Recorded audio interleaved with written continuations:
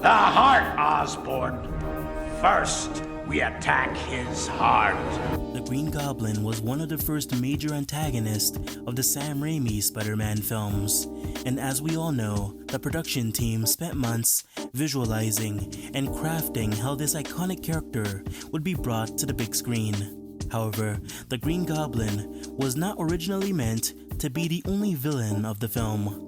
During the development of the first Spider-Man film, Dr. Octopus was included as a secondary antagonist, and his role in the film would have seen him teaming up with the Green Goblin in order to kill Spider-Man.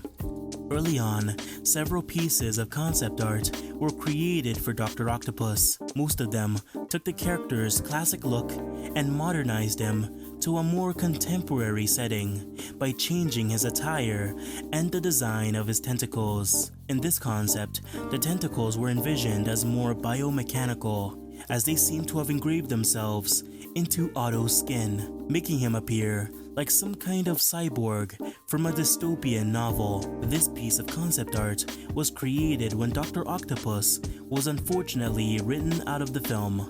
You see, Sam Raimi wanted the first film to focus on the duality between Spider-Man and the Green Goblin, so the addition of another villain seemed redundant. Despite Dr. Octopus being cut from the film, artist Will Reese still crafted this amazing piece of artwork. The art depicts Dr. Octopus hanging J. Jonah Jameson from the Daily Bugle office. This gives us a glimpse of what one of his scenes in the film would have been, as the Green Goblin does something very similar in the final film. In this concept, we see Peter Parker in a boiler room in the hospital, where Aunt May resides after the Green Goblin's attack. In this scene, Peter contemplates throwing the Spider-Man costume into the flames, running away from the overbearing responsibility of being a hero. However, he likely doesn't go through with it due to the Green Goblin kidnapping Mary Jane.